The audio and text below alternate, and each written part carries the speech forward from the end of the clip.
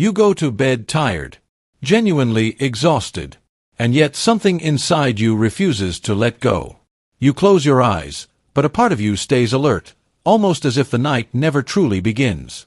And when morning finally comes, you wake up feeling like nothing was restored. Like the hours passed, but you weren't actually there. After 45, this starts to feel normal. Like your body simply doesn't work the same anymore. Like deep, restorative sleep is something you used to have, not something you can get back. But that assumption is exactly where everything goes wrong. This is not random. It is not simply aging. And it is absolutely not something you are stuck with. Your body didn't forget how to sleep. It lost the ability to repair while you sleep. That is the shift no one explains. You are not dealing with a sleep problem. You are dealing with a recovery failure, one that happens in the dark, silently, night after night. And once you see it clearly, you stop chasing sleep and start restoring the system that creates it. What you're experiencing is not typical insomnia. It is not simply stress, or a lack of discipline, or a missing routine. Something deeper has shifted, quietly, progressively, in a way that most people never fully recognize. After 45, your biology begins to change in ways that are subtle but enormously powerful. The internal systems responsible for nighttime repair start losing efficiency. Not all at once. Not dramatically. But progressively, until one day you realize that sleep no longer restores you the way it used to. Your body still goes through the motions. You lie down. You close your eyes. You may even sleep for 7 or 8 hours. But beneath the surface, critical biological processes are no longer fully activated. Autophagy, the mechanism your body uses to identify, clear, and recycle damaged cells, begins to slow. Your hormonal coordination becomes unstable. Cortisol, which should drop significantly as night falls, stays elevated longer than it should. Melatonin struggles to rise at the right time and with the right intensity. And growth hormone, one of the primary drivers of physical repair and cellular renewal, is no longer released with the same depth or consistency it once was. So the night becomes incomplete. You are physically present in bed, but you are biologically absent from deep restoration. This creates a hidden gap that compounds over time. You wake up. You function. You push through the day. But the repair that should have happened while you slept never did. And the next night, you begin the cycle again, already behind. After 45, your body still sleeps. But it stops doing the heavy work of rebuilding you. And if that continues long enough, fatigue stops being temporary and starts becoming your baseline. A new normal that you didn't choose, but slowly accepted. Here is what no one tells you, and what changes everything once you understand it. You are not going to bed in a state that allows deep repair to even begin. You carry the entire weight of your day into the night. Metabolic stress.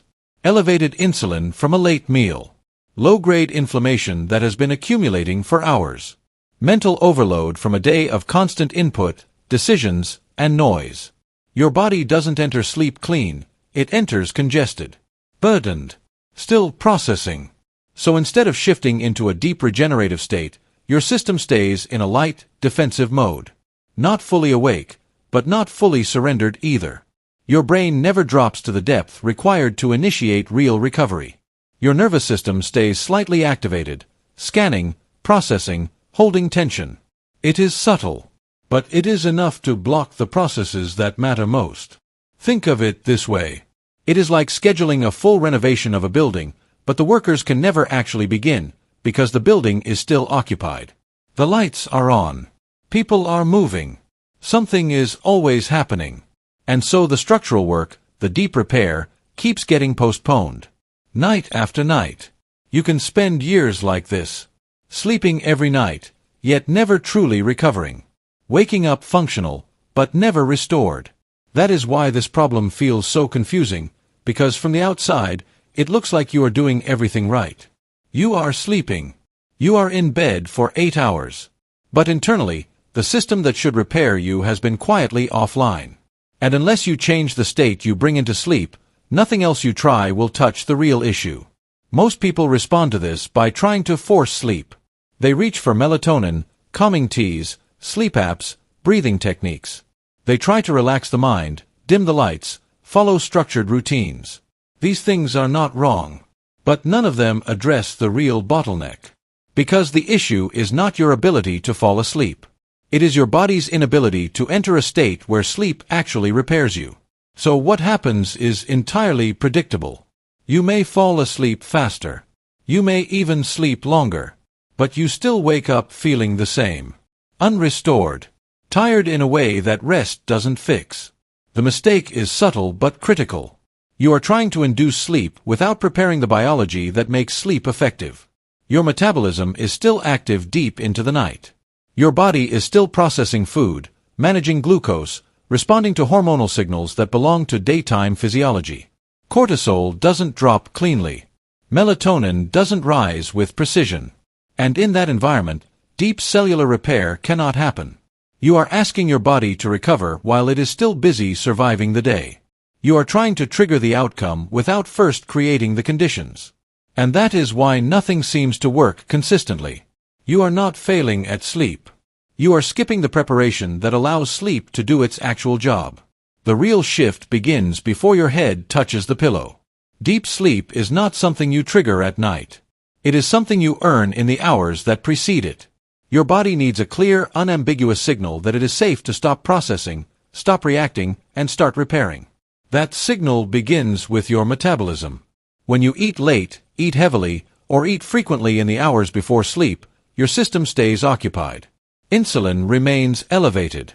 Digestion competes for energy. And the internal mechanism that activates autophagy, that deep cellular cleanup, never fully turns on.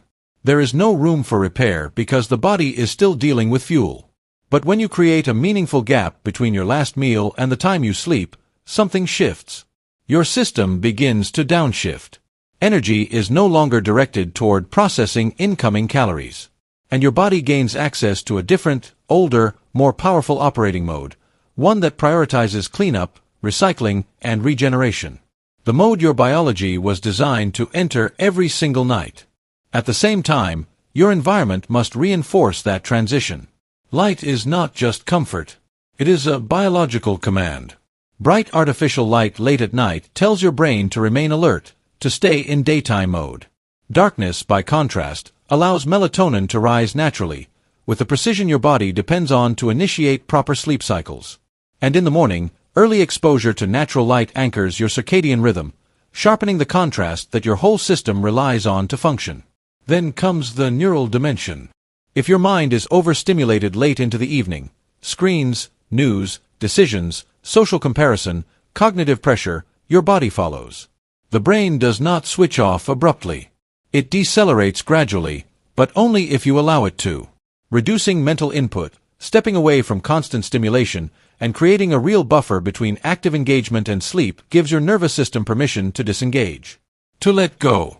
To begin the descent. And this is where autophagy quietly returns. Not as a supplement. Not as a hack. But as a natural consequence of giving your body the environment and the signals it was always designed to operate within.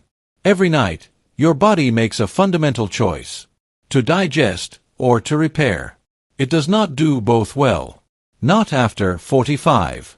And when you start aligning your behavior with that biological reality, sleep stops being shallow. It stops being something you endure. And it starts becoming functional again, the way it was always meant to be.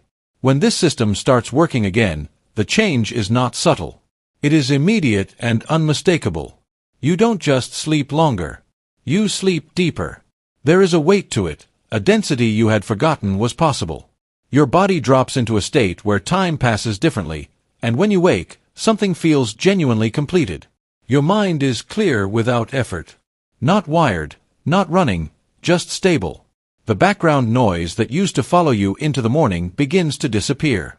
That low-level anxiety, that sense of urgency before your day has even begun, loses its grip. Your energy changes in quality. It is no longer borrowed from caffeine or momentum. It is consistent, grounded, and available from the moment your eyes open. And physically, you feel the difference. Less stiffness. Better recovery. A sense that your body is no longer lagging behind your life. This is what real sleep does. It rebuilds you. Not partially, not superficially, but at a level where your system genuinely resets, instead of simply enduring another cycle. You stop chasing rest, because you start experiencing it. After 45, sleeping well is no longer a passive outcome. It becomes a deliberate biological strategy. You cannot rely on chance. You cannot outsource this to a pill or a routine that ignores how your body actually works. What you do in the hours before sleep either builds the conditions for repair, or quietly, invisibly, blocks it. Your body has not lost the ability to regenerate. That capacity is still there, intact, waiting for the right signals. What changed is the margin for error. The system became less tolerant of noise, of excess, of misalignment. And that is precisely where your control begins. When you understand what actually drives real recovery, you stop negotiating with habits that work against you. You stop treating poor sleep as an inevitability and start reading it as feedback. Your nights begin to reflect your decisions. Most people accept decline as an unavoidable part of aging. They normalize the fatigue, the fragmented sleep, the low energy. They call it getting older. They adapt to it. It is not inevitable. And you do not have to be part of that pattern. You need to decide, clearly, deliberately, that your biology will no longer run on autopilot. Because when you take control of the conditions, your body does the rest. And it still knows exactly how to rebuild you.